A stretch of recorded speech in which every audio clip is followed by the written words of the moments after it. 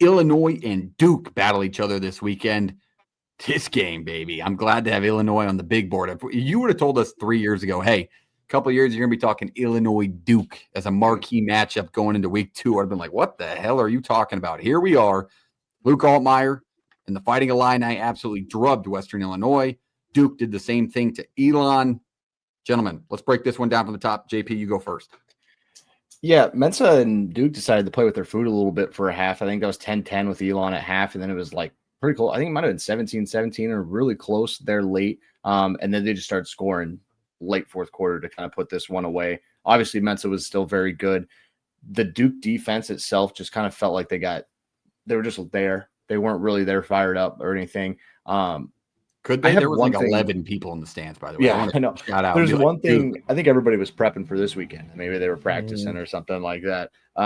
Illinois possesses a really good defensive secondary and a really good corner in Xavier Scott. So now you are going to tell me that a team that didn't run it very well against Elon and Duke is going to come in here and just try and be one-dimensional? I find that tough, and it's like you're asking Mensa to do a lot, and there are good pieces on that Duke receiver core. Like you had is it Barcati kid that had 5 receptions for over 100 last week. The Hagens kid, 5 receptions, 50. Andrew Anthony at Duke, he had 3. And then the Kashawn Brown kid had 6. Like they spread it around enough to make it not feel like it's attack through the air. That's just like, hopefully somebody's open here. They're scheming guys open. There's multiple different spots that he can go to. And I think that helps him. But I do think that you're in a spot where this passing attack for Illinois is not a joke, and it's going to be tougher. So you have to find a way to make the ground game work.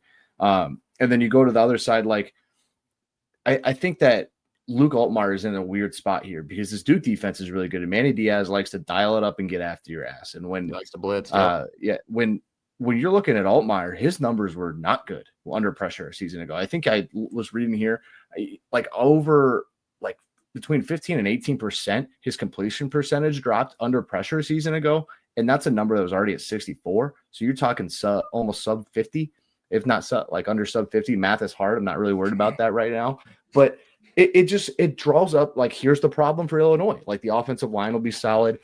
They like the running back room, the reworked receiver room in some spots. But if he's under pressure and making poor decisions, it doesn't matter. And that's where Manny Diaz is at his best. And is when he's getting guys and quarterbacks confused and uncomfortable and not feeling like he knows where the pressure is coming from and being able to adjust anything. So that's the flip side of that. I do think that they're going to have success defensively and get to him a couple times. It's how many mistakes does Altmaier make and how many times can he just beat them on, get the ball into his hands and negate pressure with the run game. Duke had a not great offensive line a season ago, very poor in your run push metrics and your pass metrics as well. This isn't the same Illinois defensive line it was the last couple of years, but they've always been pretty darn good, and they really like the kids they brought in from Wisconsin in the linebacker core as well. I think this over-under is at 50. That's about right for me because I think there's going to be enough here. This game screams who's going to make less mistakes at quarterback. That's where I'm at on this one. So excited to watch it because I don't think people realize Duke's still pretty darn talented. And if you're Illinois, like, this is test number 1 to prove that 9-3 last year wasn't a fluke and you're really worth, the playoff hype. Illinois always gets into these early season matchups or home and homes where they played Kansas a few years back and they took them down a couple of times, and it really built them to, I think, what Luke Altmaier is now. I watched both these teams' game last week in preparation of the show tonight, and you had to really dial back to watch Western Illinois football. I'll say that. But Elon is the same way. And JP mentioned that Duke let them kind of play with them for a little bit early in that game, and they really did. And it was because of Duke's run defense. They settled in. They only limited the team to 10 points, but Elon's running back got out and got going quite a few times. And that's my big worry for them because looking at Illinois, Luke Altmaier's ability to run is a little undervalued, in my opinion. I think when he tries to throw, he definitely takes a step back. JP nailed it. But when he can get outside the pocket and use his legs, he's really good for this offense, even if that's picking up 4 or 5. I think they showed a couple of viable option ads on the outside. Justin Bowick, the transfer over into Illinois, he was really good last week running routes, and he's a huge body. So I think they have viable options. They replaced Pat Bryant really well, thank God, because they do still have experience in that room. But the biggest takeaway for me on Illinois was their offensive line. I mean, it looked like all last week. And granted, yes, I know it's Western Illinois, but it looked like he was playing 7-on-7, man. He wasn't under pressure at all. He was just standing in a pocket, slinging it wherever he wanted to. And that offense just looked in pristine condition. So up front, I think if Duke can't get that pressure that Manny Diaz dials up, Illinois could have a day here. And that's why they're a favorite on the road. Like, they return so much production. I think Altmaier, the experience here is going to come out, because as good as Mensah was, who I do want to give him his flowers, because he was probably one of the better quarterbacks in the country last week that nobody gave credit for, 27 for 34 for 380 yards and 3 scores. Pretty damn good. Everybody would take that, right? But I really think like Altmaier is going to steal the show. And I've been high on Illinois, and I think the Duke rush defense worries me way too much in this game to edge one out against such an experienced team and a Brett Bielema team who always has a good game plan. So I like Illinois just off the rip here in my thoughts. Jake. Yeah, I'll keep this one short because it feels so unfamiliar. Like, I know both these teams looked pretty good last week, but the opponents, but they were playing, yeah. It doesn't really show much. So what do we know? I think both teams are kind of similar in their own right. Good quarterbacks, can make plays. They want to run the ball first. It feels like they both have a lot of confidence in their running backs who kind of open up the pass. And then the receivers are unproven, but I think it's a talented group on both sides. And then for Xavier Scott, you mentioned JP, Chandler Rogers, the cornerback for Duke is probably just as good. So it does feel like there's a lot of similar spots within both these teams, which makes this one fascinating. I'm excited to keep an eye on it. Reese. Yeah, this is the best quarterback battle this week, right? I mean, Mensah and Altmaier, I think that we have. Gronowski, Beck, nice try. Go ahead, asshole. I don't know. Mateer Underwood might be okay.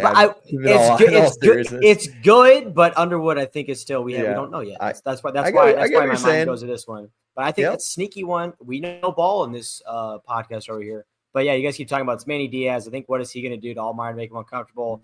Illinois' defense brings a bunch back. I mean, they were a top 40 pass defense last year, and they were number 9 in the country in limiting big plays. So I like that defensively for them.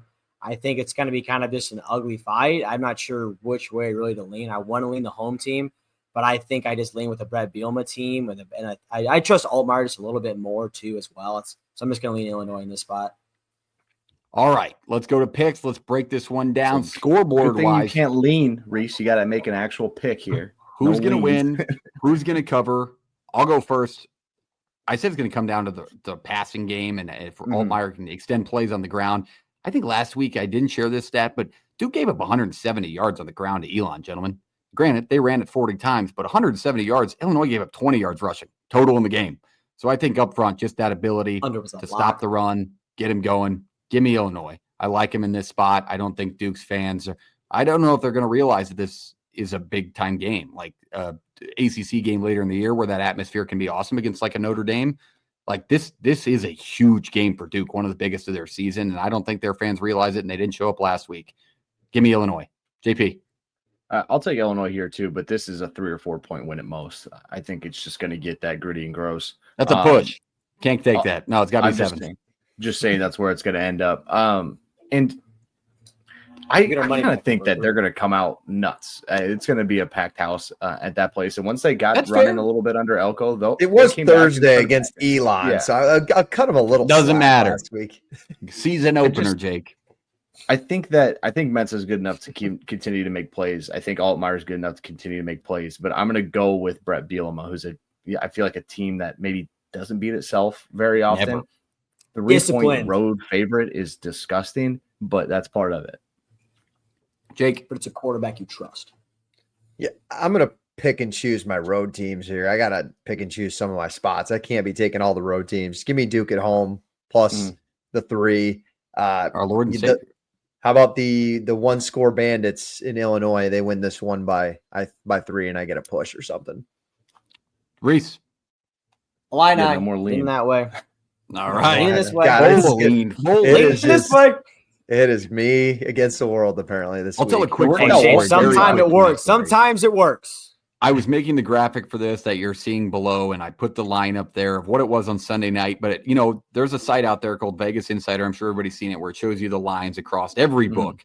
And, I type in Duke versus Illinois line.